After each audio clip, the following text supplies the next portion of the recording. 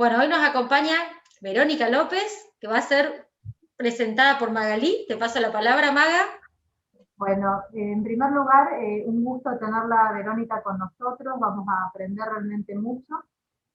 Verónica es abogada, es mediadora, es especialista en mediación penal, es facilitadora comunitaria en conflictos multipartes, es una especialista en derecho penal juvenil y experta universitaria en prácticas restaurativas. Y además es fiscal adjunta del Ministerio Público de la Acusación de la provincia de Santa Fe y está a cargo de la Unidad Fiscal de Salidas Alternativas. Pero bueno, más allá de que el currículum, Verónica lo ha abreviado muchísimo, yo quisiera decir que es una persona que cree en lo que hace. Y eso hace una gran diferencia. Cuando uno realmente cree en lo que hace, lo hace bien. Así que, bueno, Vero, encantada de tenerte. Sí, Guille, perdón. Sí, también quisiera completar el currículum en esa parte en que no está nunca en el currículum. Me encanta, Magalí, que me has dado pie para hacerlo.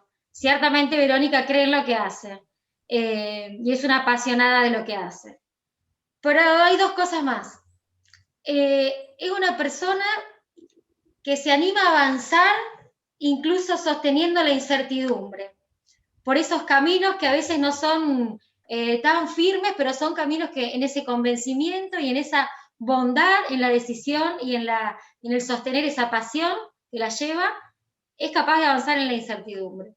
Y una cosa más, que no lo dije yo, sino que traigo la palabra de unos compañeros de un curso que tuvimos, que hicimos con Verónica, de conflictosofía, eh, donde todos tuvimos que decir una palabra que identificara al resto de nuestros compañeros. Es una mujer valiente.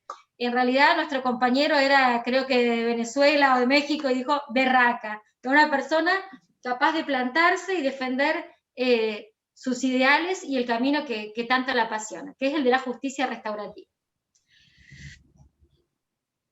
Bueno, Vero, te paso la palabra. Gracias por acompañarnos.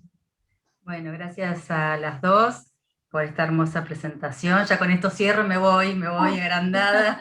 Hermoso que digan cosas lindas. A veces uno no lo soporta demasiado y quiere huir, pero bueno, bienvenido sea, porque acá tenemos un compromiso con gente que ha venido y no me puedo ir corriendo, así que me tengo que quedar acá. Bienvenidos a todos y a todes los que están acá presentes. Es un tema que es muy particular, muy específico, como es específica el derecho penal juvenil. Como bien dicen las chicas, soy una apasionada de esto, estoy muy convencida de ciertas cuestiones, con muchas dudas, como dice también Guille, pero lo interesante es la construcción colectiva. Así que solo me animo a decir algo de Magalí, no creo que les pueda enseñar cosas, creo que este es un espacio para poder pensar colectivamente entre todos. Sí, puedo traer cosas innovadoras que no conocían, pero me parece que eso sí va a servir para que entre todos sigamos construyendo esto, porque precisamente una de las cuestiones que creo y estoy convencida en que esta cuestión de ser mediador, facilitador, mediadora, facilitadora, tiene que ver más que con una profesión que viene alguien de un saber a vertirlo, tiene que ver con una práctica de un oficio, digamos, un oficio que se va co-construyendo, que va cambiando, que va mutando, que tiene que ver con lo que uno hace, con lo que uno dice, con lo que uno aprende, y por eso me parece que es un espacio de compartir experiencias más que dar cátedra, que no digo que esté mal, pero me parece que en esto que nos acompaña hoy tiene mucho que ver esto de la co-construcción. Así que bueno, gracias de verdad por la presentación, fue muy hermosa. Además, bueno, a las dos las conozco hace mucho tiempo desde otros lugares, nos hemos cruzado en diferentes momentos de nuestra vida, así que son dos personas maravillosas y que también saben muchísimo, muchísimo de lo que hacen y lo hacen muy bien, así que que me hayan invitado y que lo presenten de esta manera es doblemente hermoso. Así que bueno, vamos a lo que nos convoca hoy. Voy a tratar de ser muy breve justamente porque traje un Power que lo vamos a compartir, pero la presentación no tiene que ver con que les voy a contar lo que dice el protocolo. El protocolo lo tienen y si no lo tienen, Guille está para dárselo. Sino que vamos a tirar un par de ideas de lo que fuimos realizando en ese protocolo, cómo lo hicimos, cómo lo redactamos, para poder discutir con ustedes ciertas cuestiones. Espero que seamos todos más o menos conocedores del tema. Los que no, pregunten, interrumpan, no hay ningún problema. Esto no es, repito, una cátedra, sino que es una discusión, un diálogo sobre un determinado tema. Voy a intentar compartir pantalla, vamos a ver si me sale. Y desde ahí, a ver, ¿se ve? Sí. Ahí se ve, buenísimo. Entonces vamos ahí. Protocolo de actuación en justicia restaurativa juvenil. Y ya ahí estoy siendo no ingenua, porque le he cambiado el nombre. Desde ya la presentación, ya le empezamos a poner cosas diversas. Este protocolo surge de una invitación que hace el Ministerio de Justicia de la Nación en el año 2017 a diferentes profesionales y conocedores de este ámbito, digamos, de conocimiento de toda la Argentina. Y verdaderamente fue federal. Nos juntamos en Buenos Aires, gente verdaderamente de toda la Argentina, y fue para mí una experiencia maravillosa. Maravillosa porque más allá de la intención y más allá que se trató de una convocatoria en base a otras ideas, digamos, de reforma de la ley penal juvenil, este protocolo en particular, que después se plasmó en septiembre del 2018 con una resolución del Ministerio que lo bajó como normativa, digamos, y como decreto vigente, tiene, como bien dice la presentación, un conjunto de procedimientos estableciendo un plan para estandarizar acciones humanas frente a cuestiones específicas que son justamente las que nos hacen referencia a nuestra temática, que es la justicia restaurativa juvenil. Y acá decía que no era ingenuo en el nombre, porque el protocolo habla de mediación penal y prácticas restaurativas, y yo ya se lo cambié en esta cuestión de ir innovando, de ir pensando. Cuando hablamos, y ya al final lo vamos a discutir, ya que escuché que por lo menos había una mediadora de Córdoba, sé que Magalí y Guille también son mediadoras, digo, para discutirnos desde cuando trabajamos con adolescentes, si podemos trabajar mediación penal, o si tenemos que empezar en otro tipo de prácticas un poco más grandes, un poco más abarcativas, y por eso me atrevo a ponerle justicia restaurativa juvenil como algo un poquitito más grande que la mediación penal, pero para discutirlo solamente, pero por eso lo corrí. Justicia restaurativa juvenil tiene dos grandes cuestiones, una que hace específicamente a la justicia restaurativa en general, y otra a la especificidad de la justicia penal juvenil. En lo que hace referencia a la justicia restaurativa, voy a traer un concepto que la mayoría conoce y maneja, que es la de Naciones Unidas, que dice respuesta evolucionada al crimen, que respeta la dignidad y la equidad de cada persona, construye comprensión, promueve armonía social, a través de la sanación de la víctima, infractor y comunidad. Acá hay dos palabras que son fundamentales, sanación, por supuesto, que es lo que podemos llegar a discutir, y también incorpora necesariamente a la comunidad, no como un blef, que a veces hacíamos en mediación penal, que decíamos sí, incorporamos a la comunidad, pero lo decíamos cuando estábamos sentados en una mesa redonda, la otra parte del mediador, la comunidad bien, en la calle caminando, digamos, fuera del espacio de mediación. En la justicia restaurativa necesariamente la comunidad debe estar presente como parte integrante, no solamente del proceso restaurativo, sino como parte también de la sanación, y eso vamos a ir avanzando más adelante. Y en relación a la justicia penal juvenil, es interesantísimo pensar en esto. La justicia penal juvenil se diferencia de la justicia penal tradicional en su especificidad. ¿Sí? La Convención de los Derechos del Niño habla no de la especialidad, de la especificidad, que son dos terminologías diversas. Estamos hablando de un menor de 18 años que entra en contacto con el sistema de justicia penal por estar sospechoso o estar acusado de cometer algún tipo de delito, ¿sí? Y este derecho penal juvenil, constitucionalmente, es diferente al derecho penal de adultos, ¿sí? Es específico, es diverso, debe ser pensado en otros lugares. Es más, la misma, esta me voy a pasar, vamos acá, el mismo bloque de constitucionalidad en referencia a la justicia penal en general y la justicia restaurativa juvenil, específicamente desde la Convención, pasando por diferentes, no lo vamos a dar hoy porque no es una clase de constitucional, pero habla de que el derecho penal juvenil en general y el la justicia restaurativa juvenil debe ser diferente al punitivismo de adultos. Debe estar pensado no para la resocialización solamente como se piensa el derecho penal de adultos, sino debe estar pensado para la reinserción social del niño, niña, teniendo en cuenta específicamente su vulneración de derechos. Y esta es la base del derecho penal de niñas y niños. Y volví al anterior. Específica, vamos a correr esto porque si no, no me deja leer. Fíjense la segunda parte. Los principios específicos relativos a la justicia restaurativa juvenil, solamente nos vamos a nombrar, pero vamos a hablar de uno en particular. Interés superior del niño, derecho a ser escuchado, mínima intervención. Estoy hablando en general, ¿no? Que los que son especialistas en derecho de la minoría lo saben.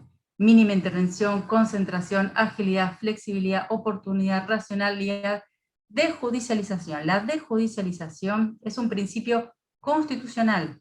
Digo, los que trabajamos en derecho penal en general, cuando traemos herramientas de desjudicialización, no son principios constitucionales, los traemos como principios reglados en materia de derecho penal procesal, provincial, como mayor intervención, como una idea de justicia. En cambio, cuando hablamos de justicia restaurativa juvenil, lo tenemos como un requisito que está dentro del bloque de constitucional. Es obligatorio dentro de la especialidad y la especificidad, que son otros de los principios, la interpretación prómine y la autocomposición. ¿Sí? Esto es lo que decíamos recién en este otro filmina que hablábamos del bloque de inconstitucionalidad.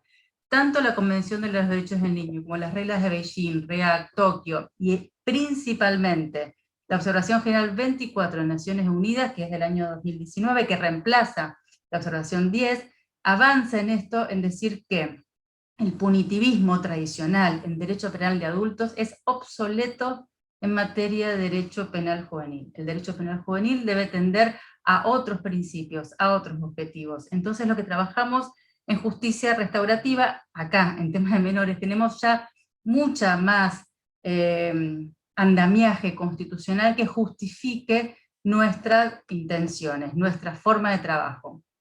Básicamente el bloque de constitucionalidad habla de estos 3 puntos y lo queremos resumir. Trato digno, prevenir la reincidencia con fines educativos, que es diferente a los adultos, y la desjudicialización que hablábamos recién, y minimizar los efectos negativos que la prisionización tiene a cualquier ciudadano, más a un ciudadano menor de edad. Cuando el protocolo, vuelvo al protocolo, cuando nos convocan en el 2017 para trabajar con el protocolo, verdaderamente, no solamente era una integración federal, sino que era una integración de toda gente que verdaderamente trabajaba en temática de justicia restaurativa, y algunos también tenían la suerte de trabajar en justicia restaurativa juvenil. Por lo tanto, una de las primeras cosas que el protocolo marca es que tiene que haber 4 partes. Ya no hay más 3 partes, un imparcial, que sería el mediador, el demandado y el demandante, o la víctima y el victimario.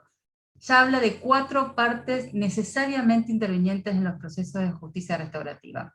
Por un lado, alguien que se presume víctima, por otro lado, el adolescente que se presume infractor, representantes de la comunidad y equipo facilitador. Y aquí yo también cambio una palabra que el protocolo habla, porque recordemos que los métodos alternativos de justicia restaurativa que se conocen desde hace muchas décadas en Argentina, ingresan con mediación, digamos. Los primeros que trabajamos la desjudicialización somos los mediadores, pero no somos los únicos, y a veces tampoco somos los mejores. Entonces necesariamente a mí me gustaría cambiar esa palabra, no hablar más de mediación penal, sino de justicia restaurativa, y no hablar más de mediación, sino de equipo facilitador, porque muchas veces en las intervenciones con niños encontramos que en el equipo facilitador hay gente con poca formación en mediación y con muchísima formación en adolescencia, que son fundamentales para que este proceso restaurativo se lleve a cabo de forma satisfactoria, no solamente en el proceso, sino en el acompañamiento del cumplimiento de los acuerdos. Entonces, este rol de facilitador nos permite abarcar un montón de gente diferente a lo que sería o el mediador o el facilitador técnicamente hablando. La metodología de trabajo básicamente que el protocolo muestra es transformativa. ¿Qué sería esto? Que se pone énfasis en el proceso antes que el resultado. y esto con mucha más énfasis en relación a la justicia restaurativa de adultos. Esta filmina se la saco de Virginia Domingo, que nos dio un curso el año pasado en la Universidad de San Isidro, que justamente me encantó, bueno, se lo pedí prestado y me autorizó a pasarlo, que justamente habla de dos frases que me parece que son muy interesantes. Una dice: la educación es el arma más poderosa que podés usar para cambiar el mundo, ¿no? Y otra decía, el que me tapa, educar a los niños y no tendrías que castigar a los hombres. Digo, son dos cuestiones que me parecen trascendentales y fundamentales. Cuando estamos ante la posibilidad de una infracción de un adolescente, necesariamente no tenemos que pensar en el castigo, tenemos que pensar en su educación. Ese es el fin que constitucionalmente marca el derecho penal juvenil y la justicia restaurativa juvenil en particular. El protocolo habla además de una metodología de trabajo sistémica, y esto no es menor. Orientar la mirada a las relaciones, interrelaciones y procesos, postulando, dice el protocolo, que la realidad no puede ser fragmentada para entenderla, porque no están hechos de elementos que están separados, sino que esos elementos interactúan, se imbrican, tienen unos que ver con otros, y son procesos que se retroalimentan dinámica y en múltiples niveles.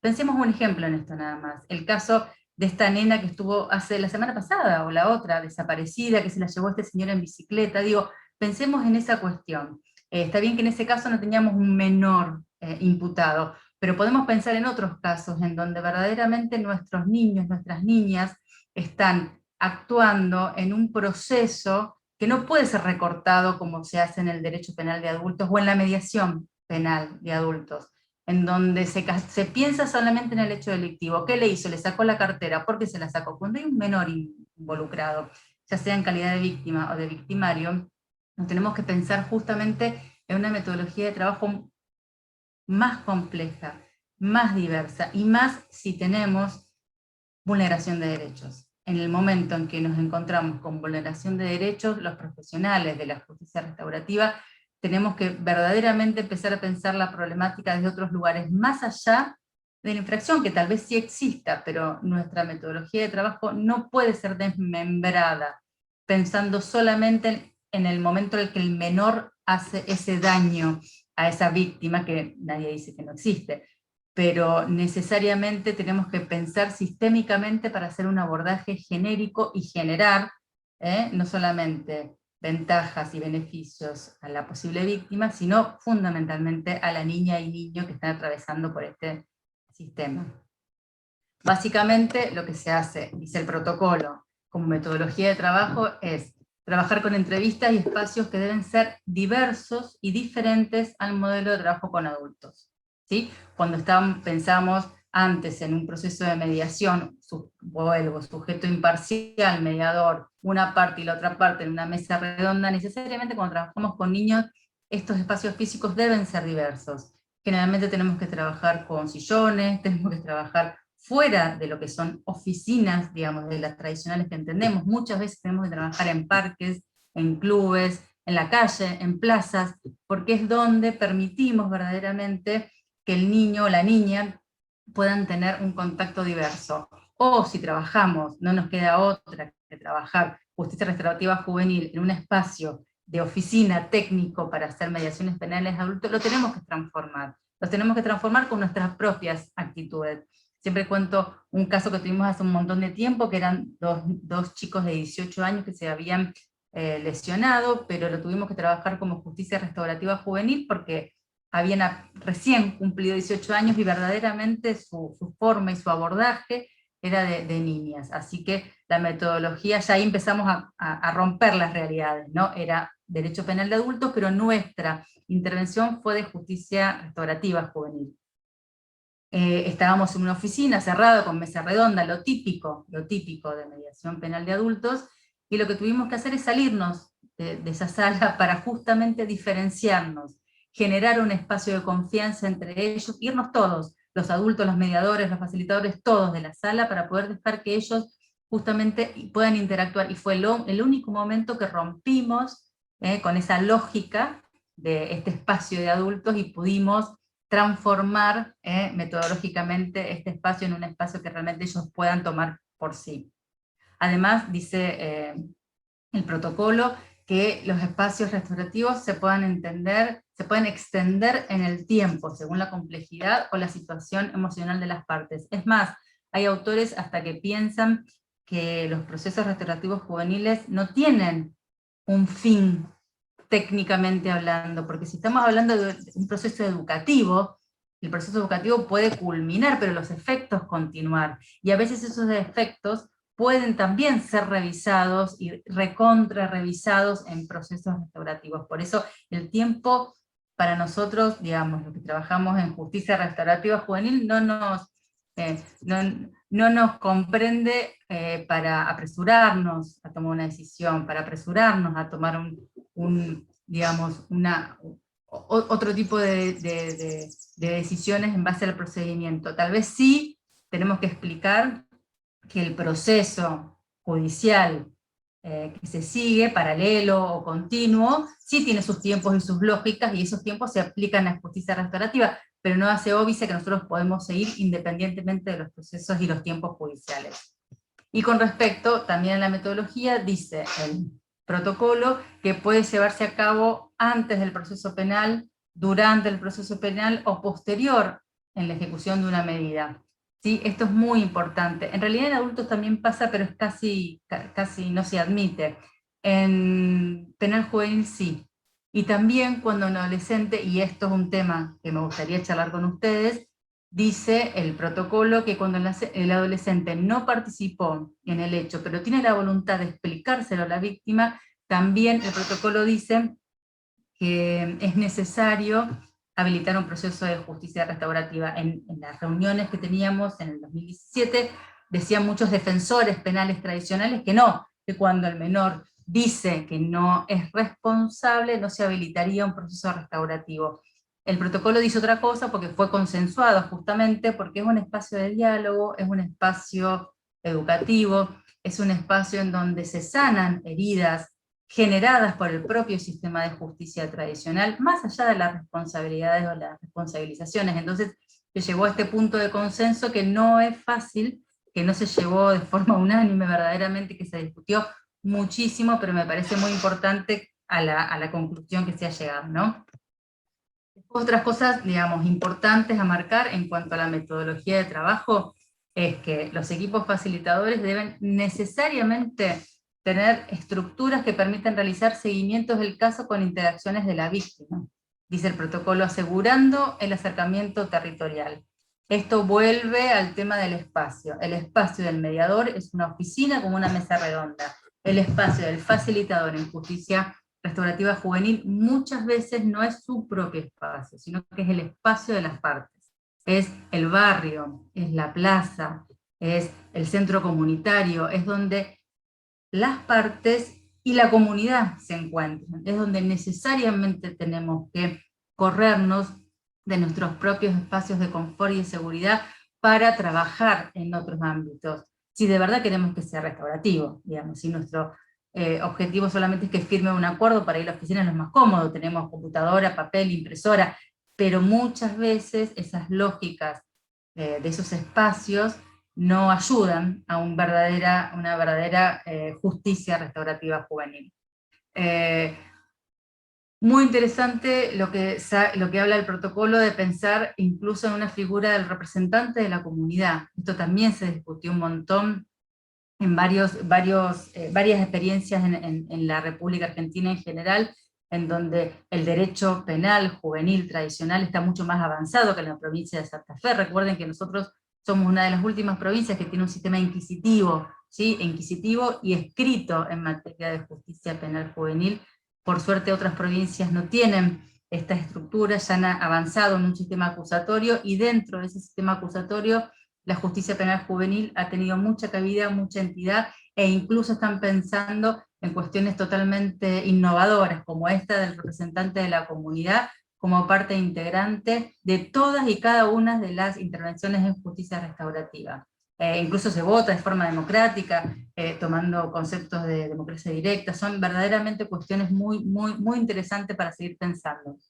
Y otra cosa que marca, y esto es fundamental en la metodología de trabajo de justicia restaurativa juvenil, es que los equipos deben poder contar con red de programas comunitarios que faciliten no solamente el empoderamiento de los adolescentes, su integración social efectiva, sino que aparte evite que se superpongan intervenciones. Lo que pasa no sé si tienen experiencia o no, en justicia juvenil, cuando empezamos a trabajar en justicia juvenil, generalmente encontramos a un niño con vulneración de derechos y muchísima cantidad de intervenciones previas de diferentes partes, diferentes secretarías, diferentes instituciones públicas que han coadyuvado, pero cada una desmembrada, separada, sin saber qué estaba haciendo la otra en relación a la posible ayuda en esa circunstancia. Entonces, juntamente, la eficiencia acá es para no superponer las intervenciones del Estado que tan necesariamente son.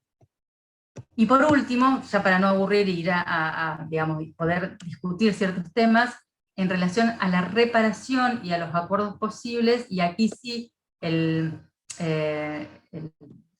protocolo habla de cuestiones que son importantes. Dice básicamente que el resultado se alcanza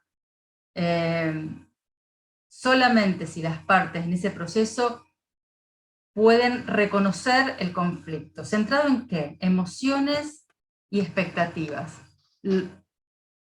Se separa el protocolo de lo que generalmente se habla, ¿no? En el acuerdo sí, el acuerdo no, no habla de un acuerdo, habla en un pensar, en un sentir y en un hacer. Si hay acuerdo o no hay acuerdo, no es cuestión, digamos, de que le importe al facilitador. Importa al facilitador que se pueda pensar, que se pueda sentir, que se pueda pensar y que se pueda hacer las partes.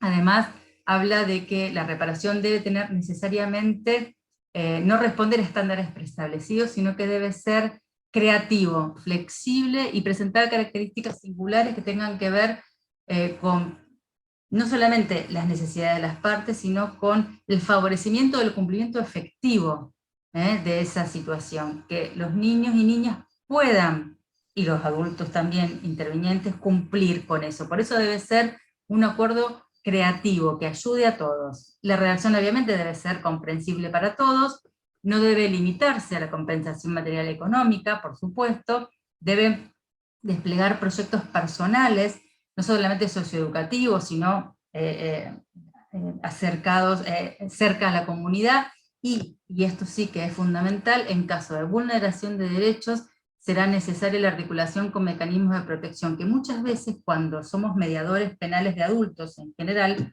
vemos situaciones de injusticia, situaciones difíciles, y como mediadores no tenemos demasiada posibilidad de poder ayudar. Cuando somos facilitadores de conflictos de justicia restaurativa juvenil y estamos en presencia de un caso de vulneración de derechos, necesariamente debemos articular con organismos de protección, porque si no estamos vulnerando los derechos básicos de cualquier ciudadano menor de edad, ¿no?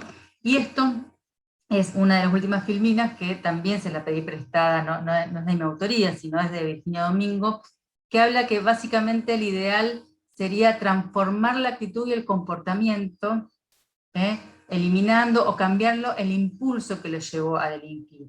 Y dice Virginia Domingo que si le devolvemos a su vida anterior, como sería una justicia reparadora, por ejemplo, y no restaurativa, lo ponemos de nuevo en el inicio de lo que generó las condiciones por las cuales ese niño tuvo que transgredir la ley penal. Lo que tenemos que hacer justamente, en cambio, en justicia restaurativa, es transformar, fortalecer las condiciones sociales y personales para que ese niño pueda reconectar con su humanidad olvidada y con su entorno. Esa sería un poco la gran diferencia en lo que sería justicia restaurativa, o, digamos, algún tipo de reparación genérica en la cual nosotros en principio no participaríamos. Así que bueno, esa es toda la presentación. Quise ser muy grande, muy rápida, porque lo que más, digamos, lo que más me interesa con ustedes es esto, poder compartir estas experiencias. Como última cuestión, este sistema de protocolo en realidad es facultativo, por supuesto,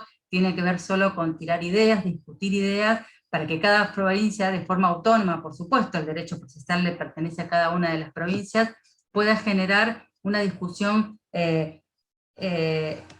acertada a su realidad, digamos. Esto el objetivo no fue generar normas generales para toda la Argentina, sino generar pautas, conocernos, ver qué hacían otras provincias en relación a estas problemáticas, y generar pautas mínimas, Al revés, no genéricas, sino mínimas, desde las cuales cada provincia, por supuesto, después tenía la posibilidad de superarlo. Santa Fe, lamentablemente, no solamente viene atrasada en tema de justicia penal tradicional, repito, tenemos un código inquisitivo escrito, arcaico, sino en justicia restaurativa juvenil es absolutamente inexistente.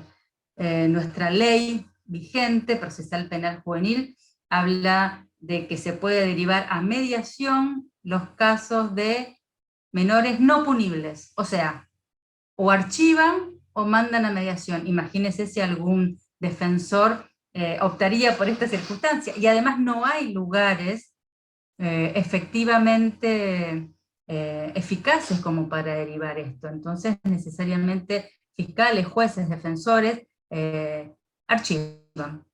Archivan y no derivan a lo que la ley procesal dice. Bueno, hay por lo menos en este momento 3 proyectos que se vienen discutiendo hace muchos años. De hecho ahora hay con este gobierno nuevo creo que un 4º proyecto de reforma de la ley procesal juvenil, así que espero que la que sea venga, porque cualquier reforma va a ser beneficiosa para modificar este sistema anquilosado de justicia penal juvenil tradicional, que no permitió precisamente hasta el día de la fecha dejar resurgir lo que estamos tratando de discutir hoy, que es la justicia restaurativa juvenil. Así que bueno, eso es todo en relación a la presentación. Traté de ser muy rápida. Espero que tengan millones de preguntas, ¿no? Que sea 1, 2, lo que fuere, lo charlamos. Esto no tiene, digamos, como decía al principio, un objetivo de bajar ningún tipo de cátedra ni de línea. De hecho, no les repetí en este Power el protocolo, porque confío en que ustedes lo lean y lo puedan entender, el que no lo leyó, o el que ya lo tiene leído, no tiene ningún sentido que lo repita yo en un Power, sino justamente poder utilizar este espacio para poner sobre la mesa de debate un tema que a mí me interesa profundamente, y imagino que ustedes están acá también, y podamos crear espacios nuevos, modernos, que puedan alojar la problemática delictiva juvenil que tanto nos preocupa y que lamentablemente vemos que desde los medios masivos de comunicación la única respuesta es o el linchamiento o vayan presos, digamos. Como lo mejor que vayan presos, el linchamiento primero, siendo que no son los objetivos constitucionales que tiene la Argentina. Entonces, en este espacio como mínimo tenemos que empezar a pensar eso y generar, no digo un derecho penal innovador, sino un derecho penal juvenil constitucional, como mínimo. Así que bueno, nada, quedo acá a la espera de que si alguno tiene alguna inquietud, comentario, lo que les necesitan. Muchísimas gracias Verónica, sumamente clara, y como vos nos dijiste, esto es una invitación a una construcción colectiva, así que bueno, bienvenidas sean las preguntas o los disparadores para que empecemos a conversar.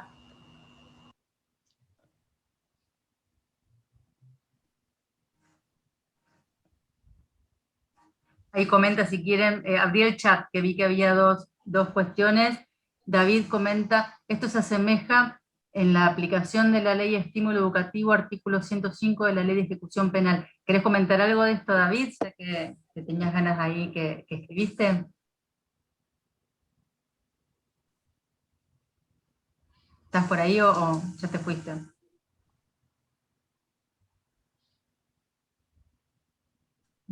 No, se fue. Después, María Esther comentó, primero habría a educar a la comunidad. No sé si querés comentar algo de esto, María Esther. María Esther está silenciada, tendrías que activar tu micrófono, así te podemos escuchar.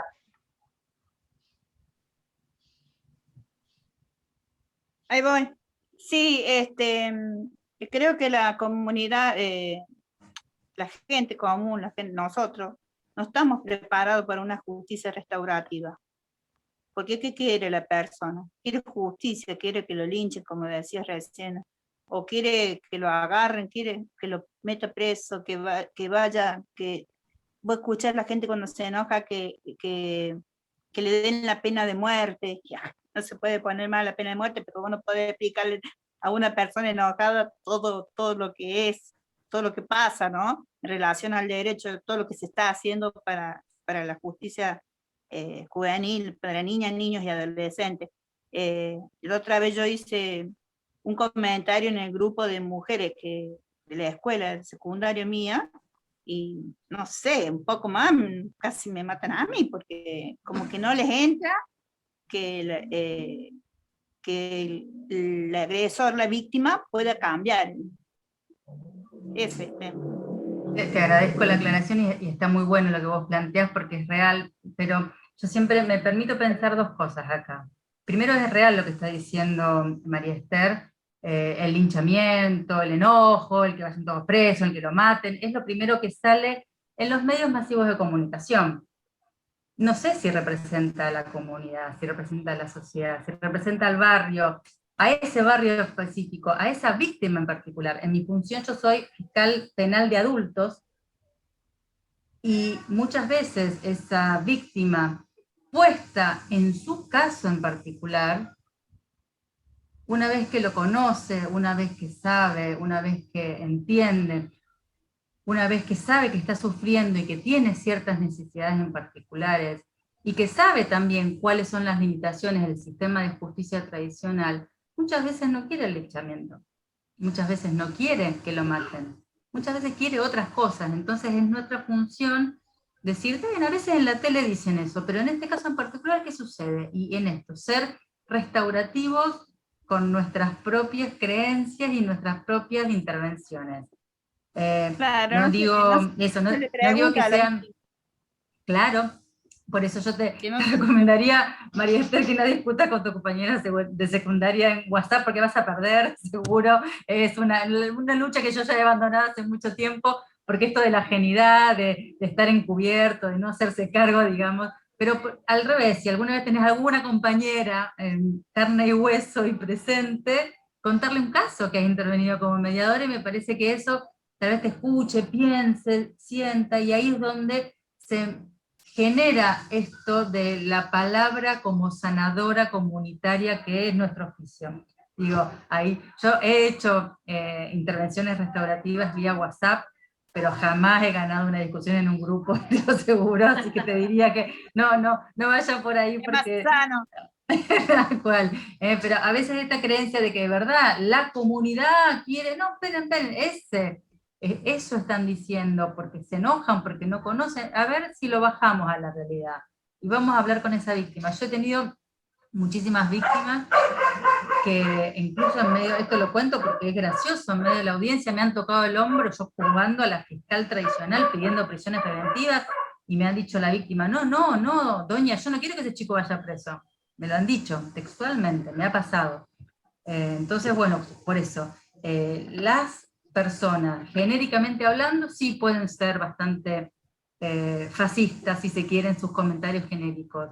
Los seres humanos, individualmente, en su problemática, en su sufrimiento particular, con una temática en particular, podríamos empezar a pensar de otras cuestiones, y creo que ahí es el granito de arena como facilitador, trabajar ahí, ¿no? Pero, sí, el otro día en un taller nos hicieron... No, primero, gracias, ¿no? Pero, y otra cosa, tenía dos cuestiones para preguntarte desde la práctica, desde la experiencia. La primera ya me la respondiste, porque era cómo reaccionaba la víctima ante el momento de esta sesión de encontrarse de repente con la justicia restaurativa en una vereda opuesta a la que él pensaba del linchamiento y todo lo demás que opina la gente en general.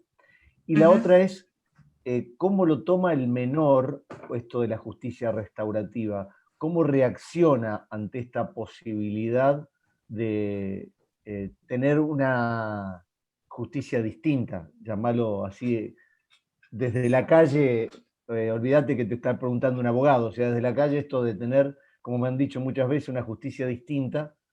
¿Cómo lo ves o cómo ha sido tu experiencia en eso?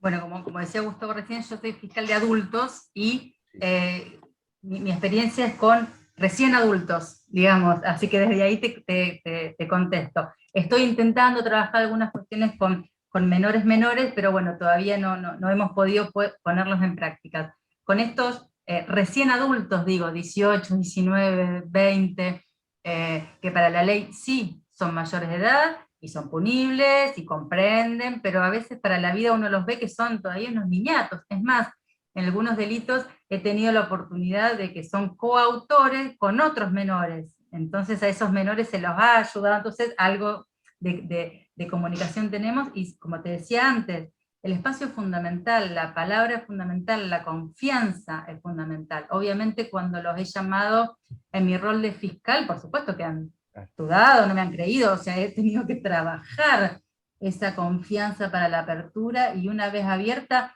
es maravilloso. Es más, he tenido en la puerta de la fiscalía que vino el imputado otra vez, después que ya habíamos hecho el proceso restaurativo, que había terminado, y le digo, ¿pero qué haces acá? Yo no puedo hablar con vos sin tu abogado defensor, porque yo soy fiscal. No, vengo porque yo te quiero pedir ahora a mí, mira lo que me pasó, y me cuentan, ¿no? Y digo, eso es maravilloso. Digamos, el imputado va a tocarle la puerta al fiscal a pedirle ayuda con un conflicto del cual es víctima, digamos. Esto yo creo que cualquier, no solamente los niños, sino cualquier sujeto que encuentra un lugar en donde es comprendido, donde es escuchado, donde es valorado en su carácter, más allá de la situación que le toca, digamos, su rol en el delito, digamos, víctima, victimario, sino que siente que es un espacio diverso en donde puede ser escuchado, creo que es maravilloso. Y más en los niños, en donde verdaderamente podrían llegar a encontrar más beneficios todavía que un adulto. ¿Sí? Yo en un tema que vos interveniste, que un cliente mío era la víctima, no, eran mayores, y el mío era un árbitro de fútbol que un jugador amateur le había pegado, pateado en el piso, fracturado 3 costillas y demás. Yo salí de ahí y el cliente mío me agarró y dice, ya está, ya pasó todo lo que tenía que pasar, porque yo escuché que me pidiera perdón el que me pegó. Yo digo, pero vos estás loco, digo, pero me saliste diciendo que lo quería matar, que quería un montón de plata, y ahora me decís, sí, pero la escuché que me pidió perdón, y la fiscal me convenció que lo que yo estaba buscando era eso. Yo no me había dado cuenta hasta ahora que estaba buscando eso. Y eso me sorprendió.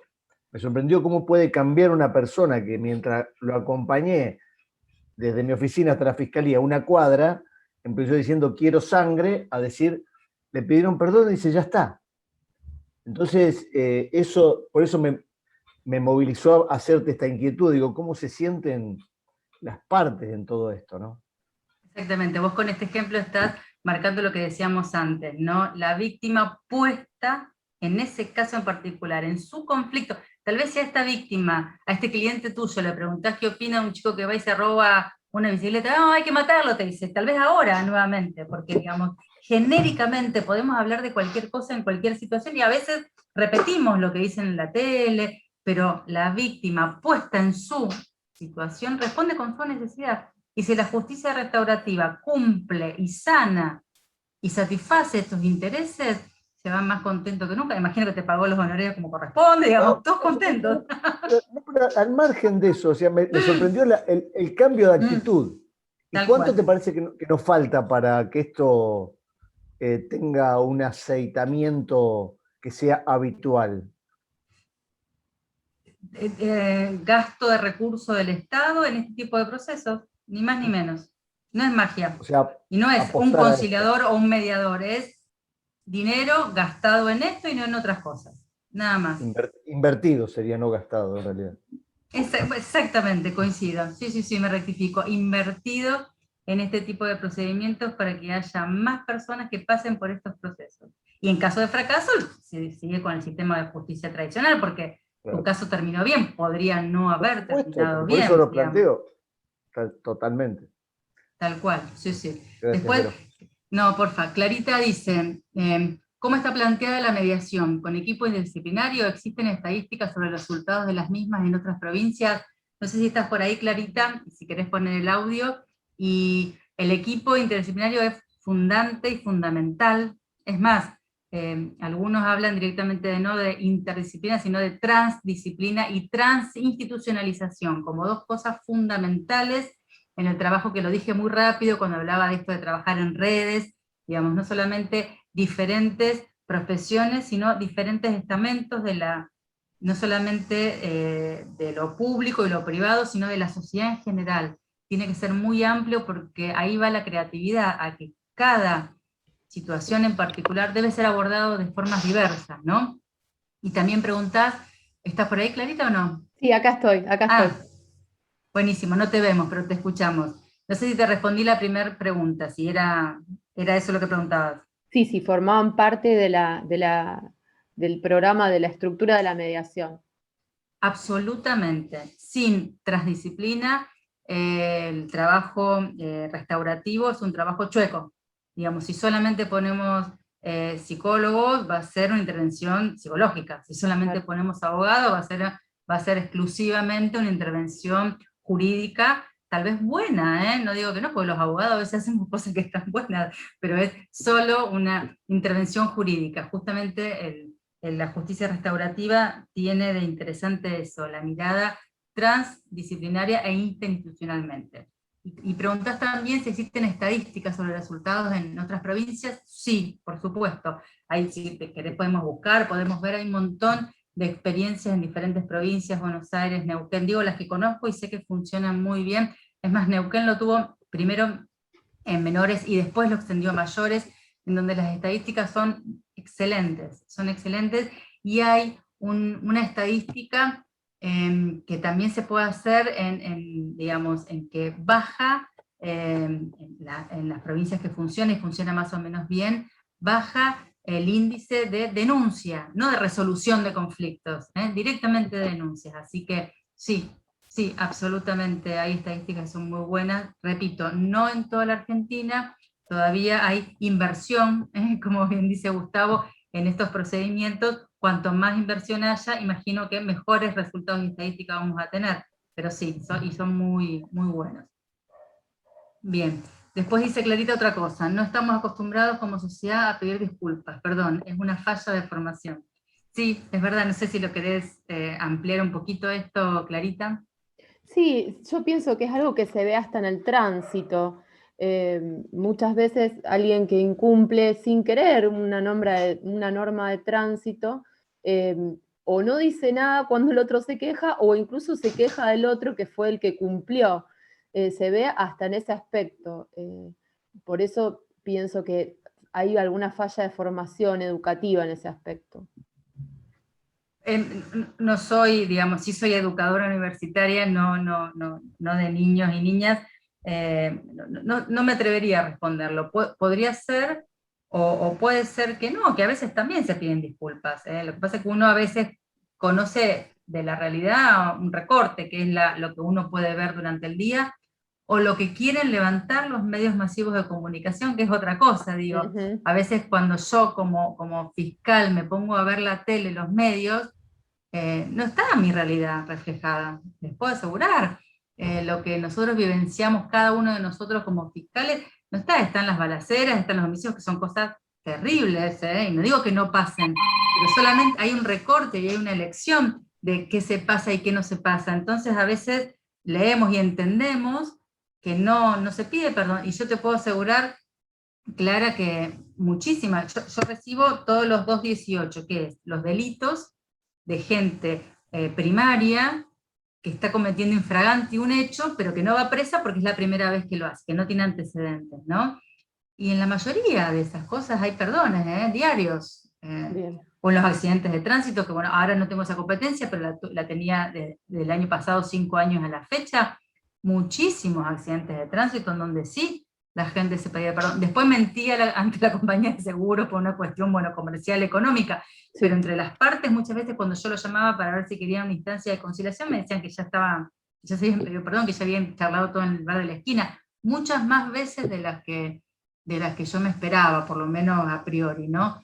Lo que pasa es que, bueno, el recorte de la realidad a veces hace que se pase lo más escabroso, lo menos beneficioso, pero bueno, no digo que no suceda, y no digo que no se pueda invertir en educación, porque nunca nos vamos a quedar cortas con eso, pero a veces hay muchas de las otras cosas, ¿no? Bueno, después pregunta, algunos se van, saludan. Acá dice PC, no tiene el nombre. ¿Cómo lo trabajan concretamente? ¿Hay alguna audiencia preliminar para hablar con el niño? ¿Está ahí presente PC, así le podemos poner nombre y contestar o no? Ahí está Marcela. Soy yo, Es perdón. Marcela Napoleone. Claro, perdón, soy Marcela Napoleone. Ocurre que Hola. no me anda el audio, entonces estoy con el celu y con la computadora. Quería Pobre hablar, Marcela. pero no quería intervenir. Te quería No, dale, preguntar dale. concretamente, primero felicitarte, súper enriquecedora. Nosotros desde este lado de la mediación nos sirve todo este material que vos nos das. Y bueno, nos parece, estamos más cerca de Sarah Kopp, que es toda la escuela transformadora, y lejos de Total. Harvard, todo este tema. Total. Lo que te quería Totalmente. preguntar es concretamente, ¿cómo era el trabajo? Si hay una audiencia preliminar, ¿cómo se habla? ¿Cómo son los pasos? Bueno, como bien te decía, en la provincia de Santa Fe no existe instancia de derivación. De hecho, con una ONG que estoy en formación ahora con algunas de las compañeras que están acá presentes, estamos intentando inaugurar, digamos, estos procesos, y lo interesante sería, primero, digamos, idealmente te digo, primero conocer el caso, hablar a veces con la víctima primero, justamente para evitar procesos de revictimización desde el propio Estado, porque muchas veces el imputado o la imputada quiere participar, pero la víctima no, entonces generalmente se le invita antes, digo genéricamente porque recuerden que es creativo, innovador e informal el procedimiento, digo, pensando, generalmente se invita a la víctima, se comparte el espacio, se explica de qué se trata, y si la víctima está de acuerdo, se invita ahí al niño, siempre en presencia de su abogado defensor o su abogada defensora, para explicarle lo que queremos invitarlo o invitarla a hacer, ¿no? Y ahí en la ley no tiene un nombre, vos le llamás preliminar, pero podría tenerlo el próximo código de procedimiento. El actual dice textualmente que se manda mediación a donde la corte designe, no dice a qué lugar, y que se lo manda al menor no punible, por lo tanto ningún juez, fiscal o defensor manda a los no punibles a mediación, así que hoy no existe, lamentablemente, en nuestra provincia. ¿Sí? Y ahí en esa reunión, cuando se le conversa y se le dice de qué se trata la vida, se le pregunta, entre esa creatividad que uno tiene que hacer filoso cuando está enfrente de la persona, si acepta algunas disculpas. A la víctima, esta es una dificultad que yo tengo también con los mayores, que muchas veces los abogados, digamos, que representan a las víctimas, dicen, bueno, la víctima quiere tal cosa, y le digo, espere, vamos a preguntarle a la víctima qué quiere. Digamos, nosotros le preguntamos, ¿qué es lo que usted necesita? No es que, ¿querés que te pidan perdón? No, porque ahí también uno le está poniendo en la boca del otro, a ver, claro. Le pone un coto, ya haciendo la pregunta así, tan... Claro, ¿qué es lo que usted...? Es más de una vez con una víctima me ha pasado de que me ha dicho, yo lo que quiero es que muera, matarlo. Bueno, muy bien, le digo yo, no lo puedo acompañar en ese proceso. En el proceso restaurativo yo por lo menos no lo voy a acompañar a usted, pero nos abrimos a cualquier tipo de respuesta. Sí, totalmente. Bien, bueno, gracias. No, por favor. Después vamos a seguir acá que está María Esther, que dice, esto puede ser comparado con la estructura de violencia de género. No entiendo bien la pregunta, María Esther. ¿Qué cosa podría ser comparado? El proceso de violencia acá en Córdoba, cuando hay violencia en la mujer, bueno, también atienden a la víctima y al victimario, se atiende al hombre y a la mujer, o puede ser dos mujeres, ¿no es cierto? Pero así mismo todo a veces falla, porque ya en Córdoba ha habido, en lo que va del año, más muertes de mujeres que los días estamos en marzo. Qué sé yo, cada 22 horas bajó la muerte de una mujer, cada 22 horas. Es decir, que a veces uno empeño en los procesos, en todo lo que uno quiere hacer, y así mismo falla, ¿no? No sé. Tal cual. Lo que vos marcas de Córdoba, yo lo conozco bastante, digamos, porque está marcado por la ley procesal penal, y es un sistema bastante innovador el de Córdoba, muy, muy interesante las intervenciones de género, donde vos bien decís, se le da contención tanto a la víctima como al victimario. No sucede lo mismo acá en la provincia de Santa Fe, de hecho es un tema que venimos charlando con algunas compañeras en una ONG, de donde muchas veces al victimario el único espacio que tiene acá en la provincia de Santa Fe es del ser castigado, y con más poder punitivo, y con cero intervención alternativa. De hecho, en el febrero del 2018 se modificó el Código Procesal Penal de Santa Fe, que permitía los casos de mediación y conciliación a cualquier tipo de cuestiones, lesiones, etcétera, digamos, los delitos menores. En el 2018 se modificó ese artículo y se prohibió ese tipo de justicia alternativa a los casos de violencia de género. Bueno, pero como siempre decimos nosotros, echa la ley, echa la trampa, no se puede mediar o conciliar en cuestiones de género. Tal vez sí se podría empezar a pensar en mecanismos de justicia restaurativa, círculos restaurativos, clases de ayuda al ofensor sexual. Digo, hay un montón de proyectos diversos a la mediación y a la conciliación técnicamente hablando, que desde la justicia restaurativa podríamos trabajar. Yo he visto bastante lo que hace Córdoba, como vos bien decís, no es ideal, y aparte estamos en un momento sociopolítico, económico muy particular, en donde lamentablemente estos índices cada vez crecen más en las provincias que intentan hacer algo, o en las otras también, digo, es un tema que excede específicamente al ámbito de la justicia restaurativa. Yo sí estoy convencida que no podemos decir que en justicia restaurativa no trabajamos cuestiones de género, porque eso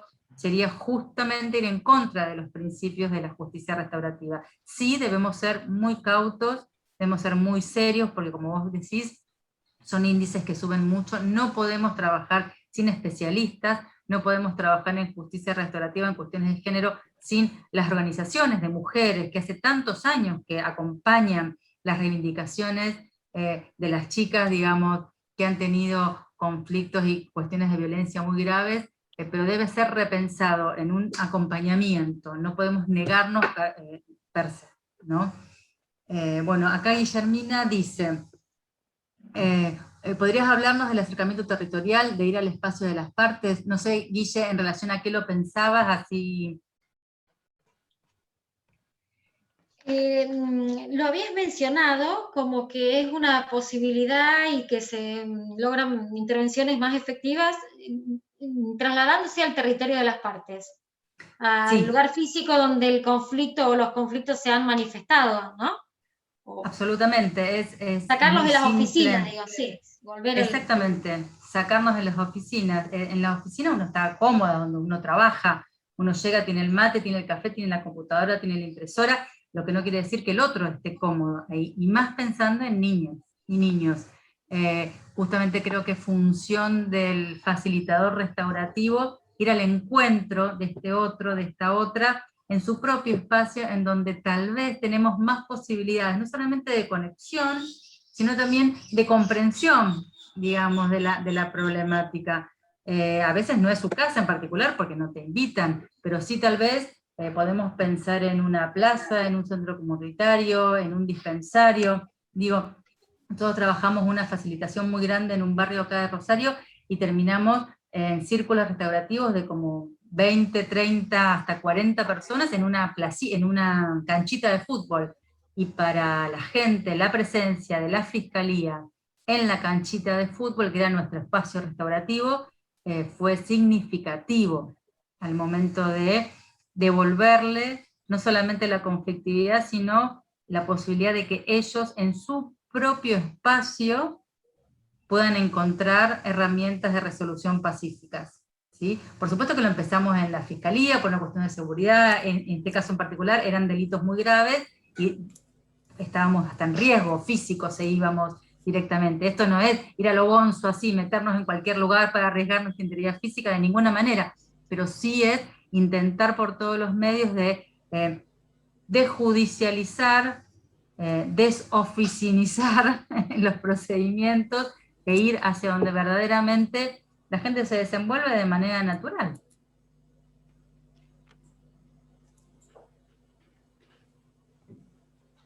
La verdad, Verónica, que escuchándote, me parece cada vez más claro el rol de la educación como un potencial transformador para que estas prácticas restaurativas realmente sean una necesidad de la comunidad. Y justamente, como vos muchas veces repetías, pareciera ser que los medios de comunicación lo único que incentivan es esta cuestión de el juzgar, el acusar y el condenar y el castigar, ¿no? Y bueno, todos sabemos que el vigilar y castigar funcionan en tanto alguien vigile. Es decir, el verdadero cambio está en cambiar las conductas, en que la educación nos permita hacernos responsables de nuestros propios actos, y cuando uno se hace responsable es cuando nace el pedido de disculpas, es decir, cuando yo sé que he cometido un error y el error no es visto como algo a castigar, sino a reparar, creo que ahí cambia la concepción. Por eso creo que necesitamos, para que estas prácticas restaurativas tengan arraigo en la comunidad, sean una necesidad, que la gente las jerarquice, las valorice, no las desprecie, porque yo creo que esto de esta cultura de hay que matarlos a todos, hay que lincharlos, esto que todo el día escuchamos, obedece también a una forma de haber sido educados, ¿no? En una educación donde el error se castiga, y todos sabemos como seres humanos que se aprende más del error que del acierto. Entonces, creo que es fundamental el rol de la educación para poder realmente insertar estas prácticas en la comunidad. Por eso, como decía María Esther, creo que necesitamos educarnos de otra manera y entender que los conflictos forman parte de la vida y que se resuelven en una multiplicidad de formas, y que cuando media la palabra justamente desaparece la violencia. La violencia es la expresión más acabada de que no podemos hablar. Bueno, nada, esta era un poco lo que pensé a partir de escucharte y de ver esto que se nos plantea como que cuesta mucho imponer una cultura diferente y tan necesaria. Sí, absolutamente de acuerdo con todo lo que estás diciendo, Magali. Y es más, refuerzo tu idea. Cuando la gente hace denuncias, ya sea en una seccional de policía o en un centro territorial de denuncias, acá en la provincia de Santa Fe, hay una frase que queda y que todo el mundo firma y denuncia lo que tienen que denunciar, y quiero que se haga algo, digamos. Entonces, cuando nosotros le preguntamos qué es lo que usted quiere que se haga en este caso, encontramos una variedad de respuestas que son absolutamente diversas, que algunas tienen que ver con lo punitivo y otras no. Quiero estar en paz, quiero estar bien, necesito poder ir a mi trabajo tranquilo, quiero que me devuelva, quiero que me resarza, quiero que me pida perdón. Digo, si de verdad, digamos, como representantes del Estado podríamos escuchar esa variedad de respuestas, nos animaríamos a dar también una variedad de respuestas ante el conflicto, y no solamente la punición, que muchas veces es necesaria. No digo que no, soy fiscal, trabajo de esto, me pagan para esto, pero no es la única, y muchas veces no es la que la gente quiere. Es la que la gente repite, como vos decís, pero muchas veces no es la que la gente quiere o que necesita, con el acompañamiento del Estado que corresponda. Decir, ¿usted de verdad quiere que vaya preso? Bueno, está bien, voy y le pido preventiva, pero ¿de verdad quiere? No, yo no quiero. No quiero bajar una estadística que no tengo hecha, pero en un 80 o un 90% mis víctimas no quieren que vaya preso. Porque quieren otra cosa en relación a eso, ¿no? Tal como nos pasa en todas las mediaciones, cuando tenemos que hacer ese paso que es inevitable, que es salir de las posiciones a los intereses. Entonces quizá la posición es la venganza, y luego los intereses son diversos. El pedido de disculpa, la reparación, la devolución, el compromiso de que no se repita, la asunción de responsabilidad. Absolutamente, iba a ir eso, cuando del iceberg solamente vemos una parte, no solamente como, digamos, como comunicadores, sino como miembros del Estado, y solamente respondemos a ese poquito, digamos, generamos más fiscales, más cárceles, y todo lo otro nos lo estamos perdiendo, digamos. Entonces necesariamente tenemos que aprender a ver diferente, a mirar diferente, escuchar diferente, ¿no? Bueno, Clarita pregunta, ¿cómo ve factible una mayor difusión de la mediación como pacificador social en general?